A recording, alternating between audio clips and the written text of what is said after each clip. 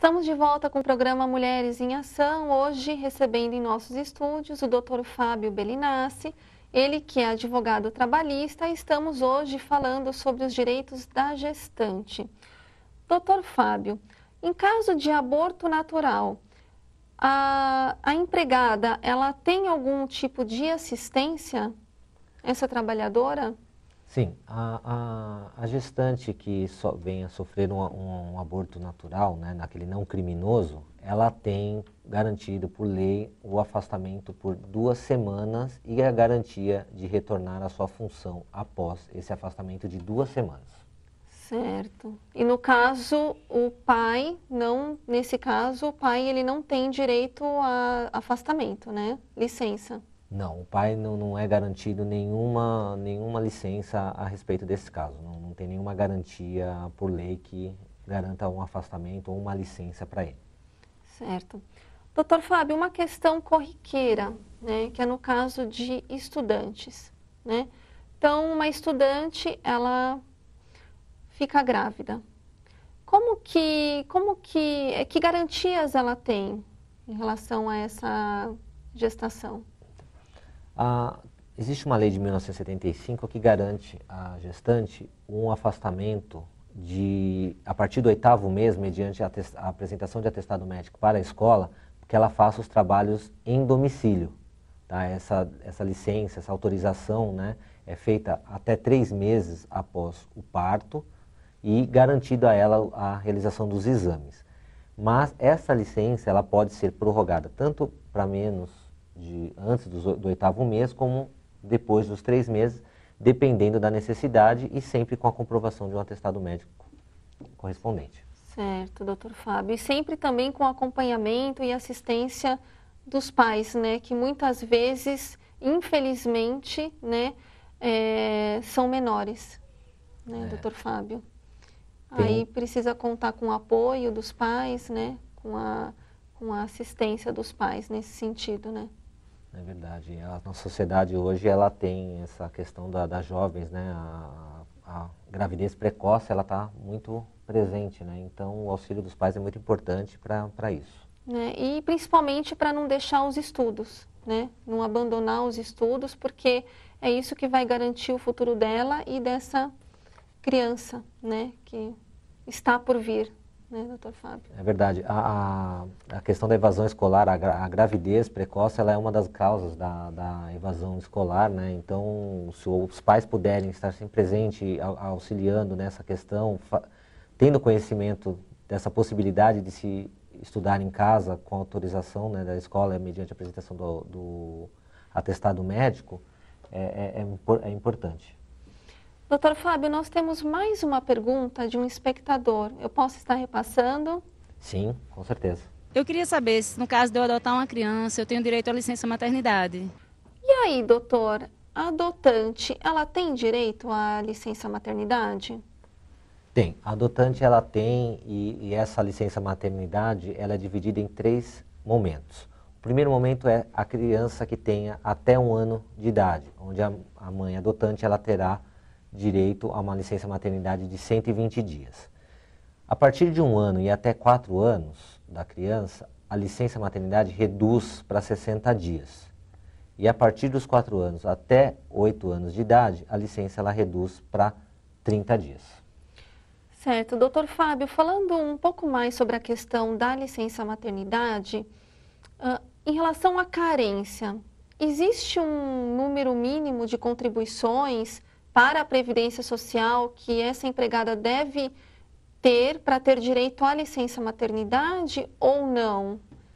Não há necessidade dessa carência e essa questão agora ficou, inclusive, pacificada, né, pelos nossos tribunais, com o entendimento de que o empregado tanto o empregado por prazo determinado, chamado temporário, como o empregado em contrato de experiência, essa empregada ela tem direito à estabilidade gestante pelo período que a lei faculta, ou seja, até 5 meses após o parto.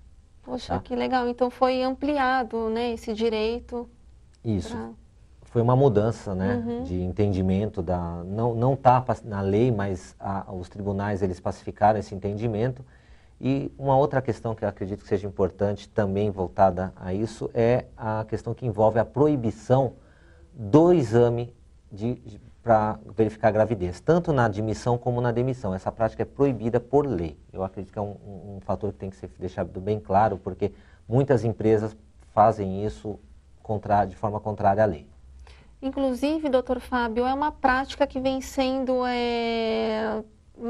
muito comum hoje em dia, das empresas exigirem da pretensa, né, funcionária esse tipo de exame. É uma prática completamente discriminatória, né?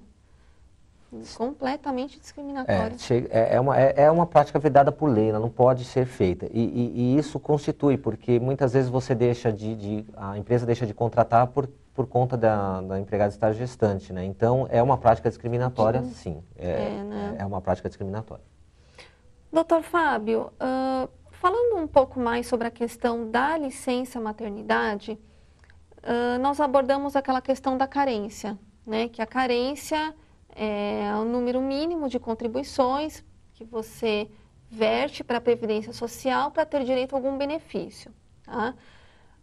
No caso de um contribuinte, né? No caso,